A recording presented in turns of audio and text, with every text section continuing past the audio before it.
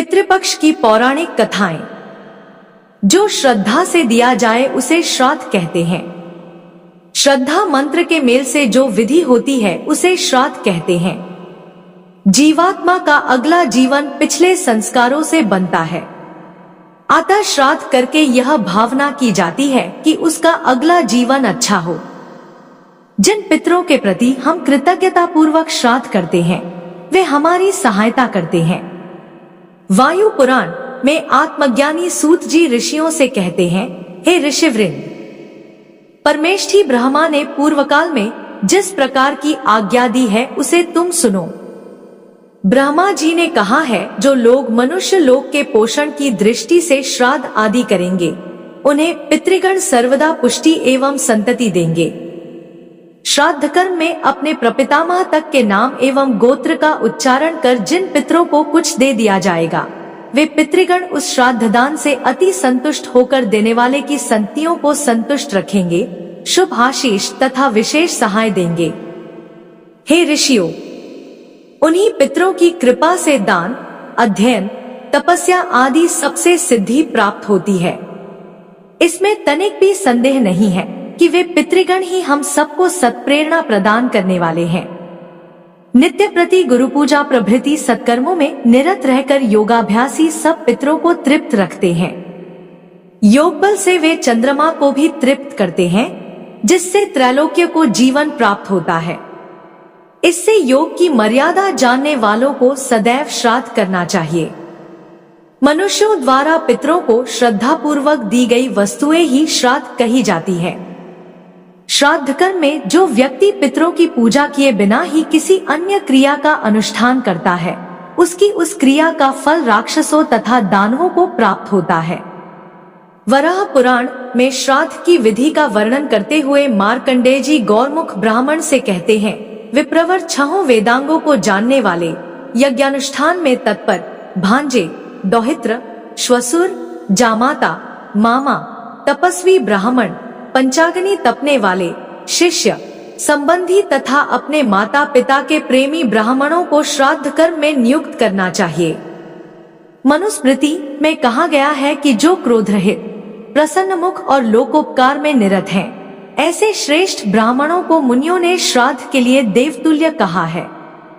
वायु पुराण में आता है, श्राद्ध के अवसर पर हजारों ब्राह्मणों को भोजन कराने से जो फल मिलता है वह फल योग में निपुण एक ही ब्राह्मण संतुष्ट होकर दे देता है एवं महान भय अर्थात नरक से छुटकारा दिलाता है।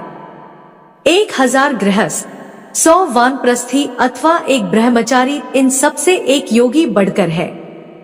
जिस मृतात्मा का पुत्र अथवा पौत्र ध्यान में निमग्न रहने वाले किसी योगाभ्यासी को श्राद्ध के अवसर पर भोजन कराएगा उसके पितृगण अच्छी वृष्टि से संतुष्ट किसानों की तरह परम संतुष्ट होंगे।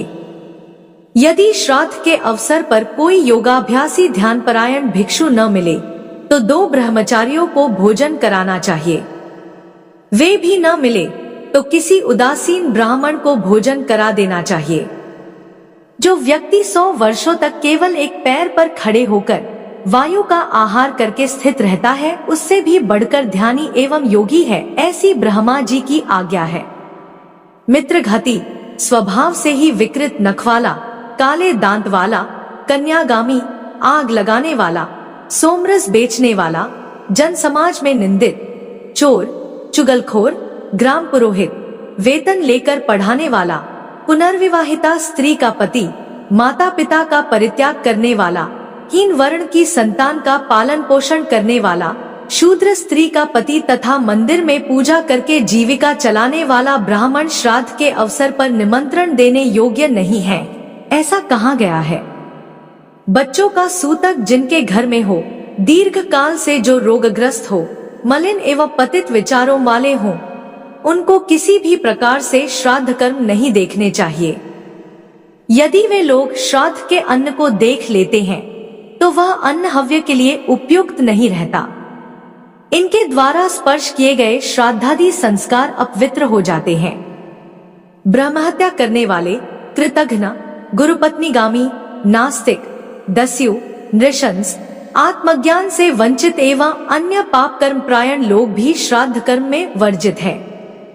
विशेषतया देवताओं और देवर्षियों की निंदा में लिप्त रहने वाले लोग भी वर्ज्य हैं। इन लोगों द्वारा देखा गया श्राद्ध कर्म निष्फल हो जाता है। अब आइए श्रवण करते हैं पितृपक्ष में शास्त्रों में वर्णित पितर पक्ष की कथा। शिव पुराण के अष्टम स्कंद में कोटि रुद्र संहिता में यह कथा है। एक बार गौतम महर्षि ने ब्रह्मा जी की 10,000 वर्ष तक तपस्या की। इसके फलस्वरूप उन्हें अनेक सिद्धियां प्राप्त हुईं। जिस क्षेत्र में गौतम ऋषि निवास करते थे वहां उस समय पानी का अकाल पड़ा हुआ था। गौतम ऋषि ने वरुण देव की तपस्या की। वरुण देव ने 6 महीने में प्रकट होकर उन्हें वरदान मांगने के लिए कहा। गौतम महर्षि ने कहा, हमारे क्षेत्र में जल की वर्षा हो जाए जिससे यहाँ का अकाल समाप्त हो जाए। वरुण देव ने कहा, यह मेरे बस की बात नहीं है। कुछ बातों में शंकर जी का विधान है, परंतु मैं आपको वरदान स्वरूप एक गड्ढा भर देता हूँ जो हमेशा भरा रहेगा। इससे आप अपने सभी कार्य, देव, पितृ और अन्न उगाना पूर्ण कर सकेंगे। वरुण देव की कृपा से गौतम ऋषि के आश्रम के पास एक गड्ढा पानी से भर गया। अब वहां और भी ऋषि पत्नियां पानी भरने के लिए आने लगी। एक बार गौतम ऋषि के शिष्य भी पानी भर रहे थे। उन ऋषि पत्नियों ने शिष्यों को डांटकर भगा दिया। ऋषि पत्नियां ऐसा ही करती रहीं। पहले अपने आप पानी भरतीं और फिर गौतम ऋषि के शिष्यों को भगा देती। अब गौतम ऋषि की पत्नी अहिल्या पानी भरने लगी। अन्य ऋषि पत्नियों ने अपने पतियों को जाकर झूठ मूठ अहिल्या जी की शिकायत कर दी कि यह हमें गड्ढे में से पानी नहीं भरने देती। इनको अपने गड्ढे का अहंकार है। अब ऋषियों ने गौतम ऋषि से बदला लेने की सोची। उन्होंने मिलकर एक यज्ञ किया जो काफी दिनों तक चला। यज्ञ में से यज्ञ देवता प्रकट हुए और वरदान मांगने के लिए कहा। उन ऋषियों ने कहा, हम गौतम ऋषि से बदला लेना चाहते हैं। कुछ ऐसा करो कि गौतम ऋषि का अनिष्ट हो जाए और वह यह जगह छोड़ने पर मजबूर हो जाए। यज्ञ देवता ने उन ऋषियों को बहुत समझाया कि गौतम महर्षि बहुत बड़े तपस्वी हैं, उनके साथ ऐसा नहीं करना चाहिए, परंतु ऋषि नहीं माने। उन्होंने यज्ञ देवता से कहा, आपको हमें यह वरदान तो देना ही पड़ेगा। अब यज्ञ देवता उन सबके सामने मजबूर हो गए क्योंकि उन्होंने यज्ञ देवता का अनुष्ठान किया था। यज्ञ देवता ने मजबूरी में उनका वचन दिया कि ऐसा ही होगा। यज्ञ देवता एक निर्बल गाय का शरीर धारण करके गौतम ऋषि के खेतों में घुस गए और उनकी फसल खाने लगे। गौतम ऋषि ने पतले तिनके समान डंडे से गाय को जैसे ही खेतों से खदेड़ा, गाय मर गई। अब सारे ऋषियों ने महर्षि गौतम पर गौहत्या का आरोप लगा दिया और कहा, तुमने गौहत्या की है, इसलिए हम सब तुम्हारा बहिष्कार करते हैं। गौतम ऋषि और उनकी पत्नी ने उन ऋषियों से बहुत माफी मांगी, परंतु सभी ऋषियों ने उनका बहिष्कार कर दिया। पितृपक्ष में जब पितरों का समय आया, गौतम ऋषि किसी ब्राह्मण को भोजन करवाना चाहते थे, क्योंकि ब्राह्मण को भोजन कराए बिना श्राद्ध पूर्ण नहीं होता। परंतु कोई भी ब्राह्मण गौतम ऋषि के घर भोजन करने के लिए तैयार नहीं हुआ। इससे गौतम ऋषि और उनकी पत्नी अहिल्या को बहुत दुख हुआ।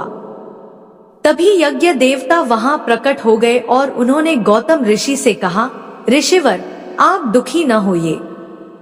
शास्त्रों में ऐसा विधान है कि ब्राह्मण न मिलने की स्थिति में आप गाय को भी भोजन करवा सकते हैं, क्योंकि गाय माता भी ब्राह्मण का ही स्वरूप है। गौतम ऋषि ने कहा, मुझे गौहत्या का दोष लगा है। यज्ञ देवता ने कहा, वह गाय तो बनावटी थी। इन ऋषियों के कहने पर ही मैं वह गाय बनकर आया था। यज्ञ देवता ने गौतम ऋषि से माफी मांगी। अब गौतम ऋषि ने श्राद्ध पूर्ण किया, जिससे अन्य ऋषि जलभुन गए। सभी ऋषि गौतम ऋषि से कहने लगे, तुमने अपने पूर्वजों के प्रति भी अपराध किया है। अब तुम यह जगह छोड़कर चले जाओ। अगर तुम प्रायश्चित करना चाहते हो तो 1 कोस की दूरी पर ब्रह्मगिरि पर्वत है। तुम उसकी 3 बार परिक्रमा करो और गंगा जी को वहां तक लेकर आओ, तब तुम्हारे पितरों का उद्धार होगा। नहीं तो तुम कभी अपनी शक्ल मत दिखाना। उन ऋषियों ने उनका आश्रम और उनकी सारी जमीन छीन ली। अब गौतम ऋषि अपनी पत्नी अहिल्या के साथ ब्रह्मगिरि पर्वत पर रहने लगे। वह और उनकी पत्नी शंकर भगवान की आराधना करने लगे।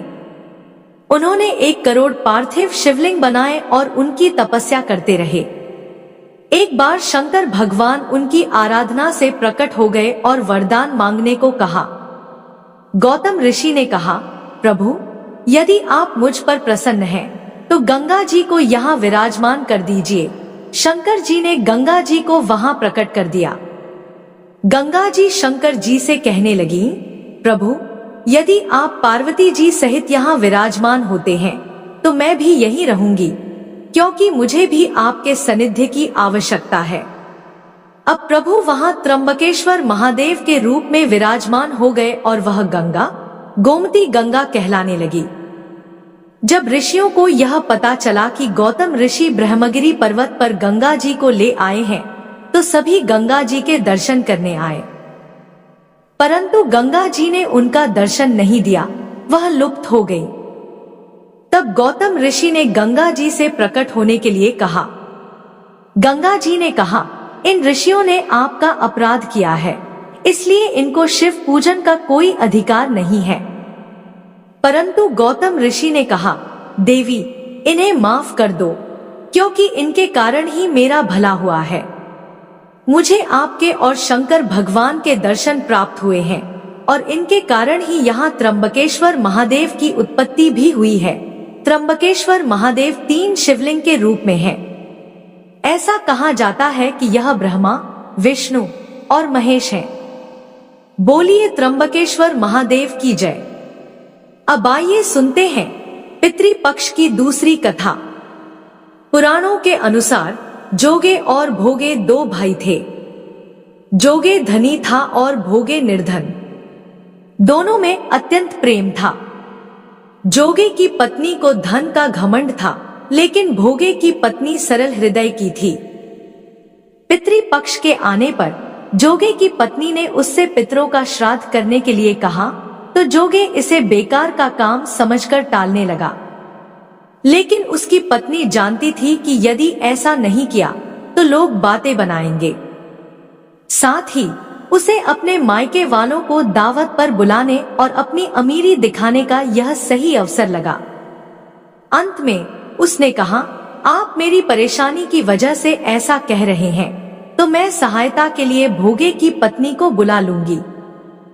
दोनों मिलकर सारा काम कर लेंगे। फिर उसने जोगे को अपने मायके न्योता देने के लिए भेजा। दूसरे दिन उसके बुलाने पर सुबह सवेरे ही भोगे की पत्नी आकर काम में लग गई। उसने भोजन तैयार किया, अनेक प्रकार के पकवान बनाए, फिर सभी काम खत्म कर अपने घर आ गई। उसे भी अपने घर पर पितरों का श्राद्ध तर्पण करना था।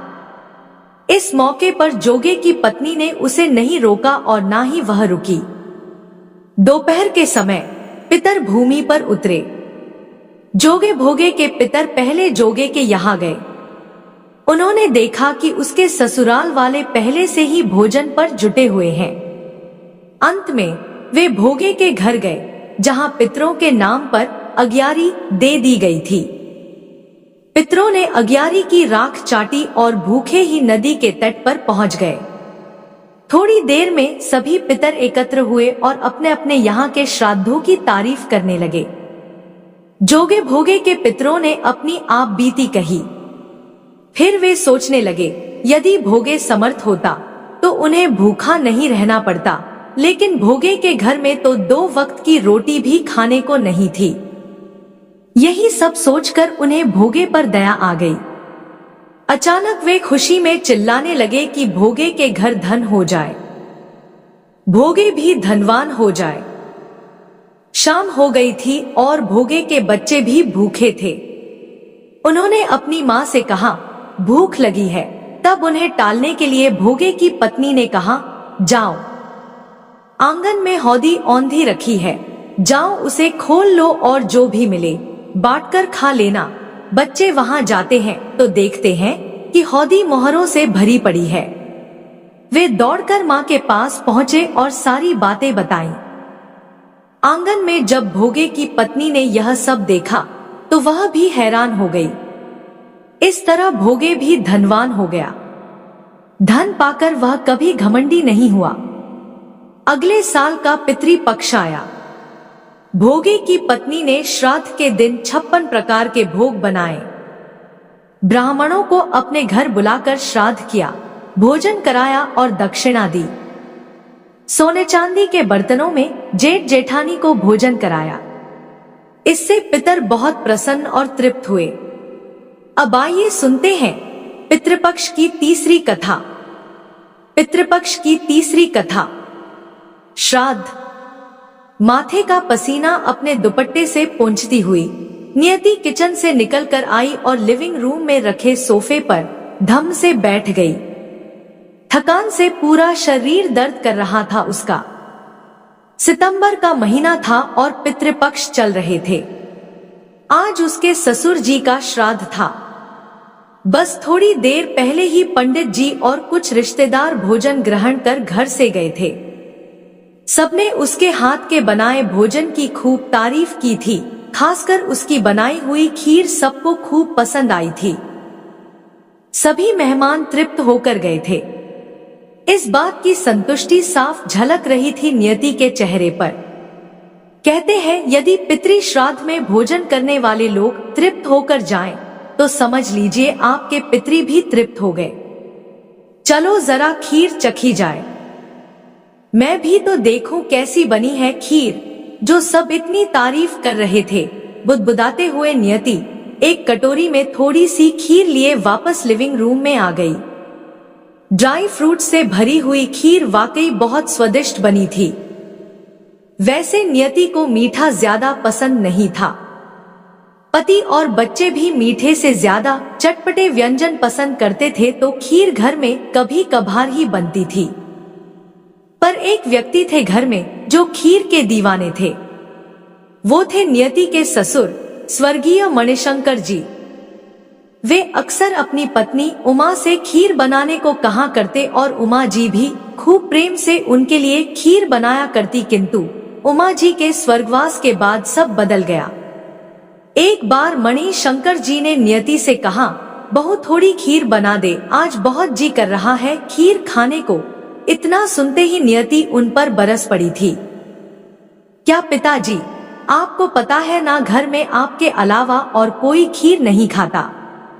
अब मैं स्पेशली आपके लिए खीर नहीं बना सकती और भी बहुत काम रहते हैं मुझे घर पर, और बुढ़ापे में इतना चटोरापन अच्छा नहीं। बहू से इस तरह के व्यवहार की कल्पना भी नहीं की थी मणिशंकर जी ने। आज उनके दिल को बहुत ठेस पहुंची थी। उस दिन वे अपनी स्वर्गवासी पत्नी को याद कर खूब रोए। बस उस दिन से उन्होंने नियति से कुछ भी कहना बंद कर दिया। कभी कभी बहुत इच्छा होती उन्हें खीर खाने की, पर बहू के डर से उन्होंने अपनी इस इच्छा को भी दबा दिया। कुछ दिन बाद मणिशंकर जी भी इस संसार को छोड़कर चले गए, परंतु खीर खाने की इच्छा उनके मन में ही रह गई। कहते हैं श्राद्ध में पितरों का मनपसंद भोजन यदि पंडितों को खिला दो तो पितृदेव प्रसन्न हो जाते हैं। इसीलिए तो आज नियति ने खीर बनाई थी। चलो आज बाबूजी की आत्मा को भी तृप्ति मिल गई होगी। उनकी मनपसंद खीर जो बनाई थी आज। नियति मुस्कुराते हुए बुदबुदाई और बची हुई खीर खाने लगी। तभी उसके कानों में एक आवाज सुनाई दी, बहू थोड़ी खीर खिला दे, आज बहुत जी कर रहा है खीर खाने का।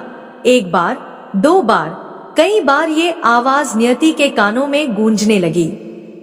ये उसके ससुर जी की आवाज थी। नियति थर थर कांपने लगी। उसने सुना था कि पितृपक्ष में पितृ धरती पर विचरण करते हैं। डर के मारे नियति के हाथ से खीर की कटोरी छटक कर जमीन पर गिर गई। उसने दोनों हाथ अपने कानों पर रख दिए। उसे अपने ससुर जी से किया हुआ दुर्व्यवहार याद आ गया। अनायास ही उसके आंखों से पश्चाताप की अश्रु धारा फूट पड़ी। अब कमरे में एक अजीब सी शांति थी। सब कुछ एकदम शांत। अशांत था तो बस नियति का मन। वो अब ये जान गई थी कि जो तृप्ति आप एक मनुष्य को उसके जीते जी दे सकते हैं, वो तृप्ति आप उसके मरणोपरांत हजारों दान पुण्य या पूजा पाठ से कभी नहीं दे सकते। इसलिए बुजुर्गों के जीते जी सेवा करना मरणोपरांत श्राद्ध कर्म से बहुत बेहतर है। जय श्री कृष्णा। राधे राधे। अब आइए सुनते हैं पितृपक्ष की चौथी कथा। एकनाथ जी महाराज श्राद्ध कर्म कर रहे थे। उनके यहाँ स्वादिष्ट व्यंजन बन रहे थे। भिखमंगे लोग उनके द्वार से गुजरे, उन्हें बड़ी लिज्जतदार खुशबू आई। वे आपस में चर्चा करने लगे, आज तो श्राद्ध है, खूब माल उड़ेगा। दूसरे ने कहा, यह भोजन तो पहले ब्राह्मणों को खिलाएंगे, अपने को तो बचे खुचे जूठे टुकड़े ही मिलेंगे। एकनाथ जी ने सुन लिया। उन्होंने अपनी धर्मपत्नी गिरजाबाई से कहा, ब्राह्मणों को तो भरपेट बहुत लोग खिलाते हैं, इन लोगों में भी तो ब्रह्मा परमात्मा विराजमान है। इन्होंने कभी खानदानी ढंग से भरपेट स्वादिष्ट भोजन नहीं किया होगा, इन्हीं को आज खिला दे। ब्राह्मणों के लिए दूसरा बना दोगी ना? अभी तो समय है। गिरजाबाई बोली, हाँ हाँ पतिदेव, इसमें संकोच से क्यों पूछते हो? गिरजाबाई मन ही मन सोचती है कि मेरी सेवा में जरूर कोई कमी होगी, तभी स्वामी को मुझे सेवा सौंपने में संकोच हो रहा है। अगर स्वामी सेवक से संकुचित होकर कोई काम करवा रहे हैं तो यह सेवक के समर्पण में कमी है। जैसे कोई अपने हाथ पैर से निश्चिंत होकर काम लेता है, ऐसे ही स्वामी सेवक से निश्चिंत होकर काम लेने लग जाएं, तो सेवक का परम कल्याण हो गया समझना। एकनाथ जी ने अपनी पत्नी से पूछा, तो इनको खिला दे? उन भिखमंगों में परमात्मा को देखने वाले दंपत्ति ने उन्हें खिला दिया। इसके बाद नहा धोकर गिरजाबाई ने फिर से भोजन बनाना प्रारंभ कर दिया।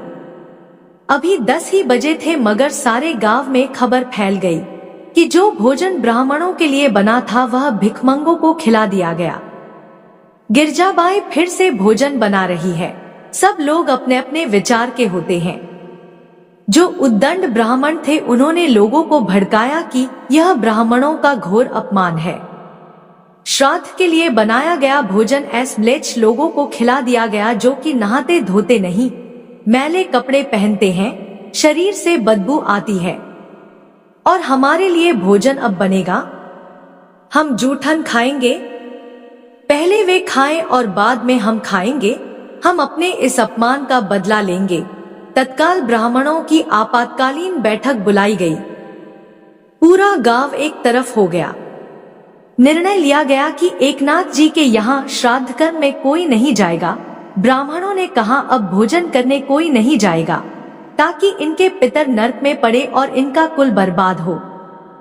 एकनाथ जी के घर द्वार पर लट्ठधारी 2 ब्राह्मण युवक खड़े कर दिए गए। इधर गिरजाबाई ने भोजन तैयार कर दिया। एकनाथ जी ने देखा कि ये लोग किसी को आने नहीं देंगे, तो क्या किया जाए? जो ब्राह्मण नहीं आ रहे थे, उनकी 1-2 पीढ़ी में पिता, पितामह, दादा, परदादा आदि जो भी थे, एकनाथ जी महाराज ने अपनी संकल्प शक्ति, योग शक्ति का उपयोग करके उन सब का आवाहन किया। फिर क्या था, सब प्रकट हो गए और एकनाथ जी से बोले, क्या आज्ञा है महाराज? एकनाथ जी बोले, बैठिए ब्राह्मण देव, आप इसी गांव के ब्राह्मण हैं, आज मेरे यहाँ भोजन कीजिए। गांव के ब्राह्मणों के पितरों की पंक्ति बैठी भोजन करने। हस्त प्रक्षालन, आचमन आदि पर गाए जाने वाले श्लोकों से एकनाथ जी का आंगन गूंज उठा। जो 2 ब्राह्मण लठ लेकर बाहर खड़े थे वे आवाज सुनकर चौंके। उन्होंने सोचा, हमने तो किसी ब्राह्मण को अंदर जाने दिया। दरवाजे की दरार से भीतर देखा तो वे दंग रह गए। अंदर तो ब्राह्मणों की लंबी पंक्ति लगी है, भोजन हो रहा है। जब उन्होंने ध्यान से देखा तो पता चला कि अरे यह क्या, ये तो मेरे दादा हैं, वे मेरे नाना, वे उसके परदादा, दोनों भागे गांव के ब्राह्मणों को खबर करने। उन्होंने कहा, हमारे और तुम्हारे बाप दादा, परदादा, नाना, चाचा इत्यादि सब पितरलोक से उधर आ गए हैं। एकनाथ जी के आंगन में श्राद्ध कर्म का भोजन पा रहे हैं। गांव के सब लोग भागते हुए आए एकनाथ जी के यहाँ। तब तक तो सब पितर भोजन पूरा करके विदा हो रहे थे। एकनाथ जी उन्हें विदाई दे रहे थे। गांव के ब्राह्मण सब देखते ही रह गए। आखिर उन्होंने एकनाथ जी को हाथ जोड़े और बोले, महाराज, हमने आपको नहीं पहचाना, हमें माफ कर दीजिए। इस प्रकार गांव के ब्राह्मणों एवं एकनाथ जी के बीच समझौता हो गया। नक्षत्र और ग्रहों को उनकी जगह से हटाकर अपनी इच्छानुसार गेंद की तरह घुमा सकते हैं। स्मरण करने मात्र से देवता उनके आगे हाथ जोड़कर खड़े हो सकते हैं। आवाहन करने से पितर भी उनके आगे प्रकट हो सकते हैं और उन पितरों को स्थूल शरीर में प्रतिष्ठित करके भोजन कराया जा सकता है। जय श्री कृष्णा। राधे राधे।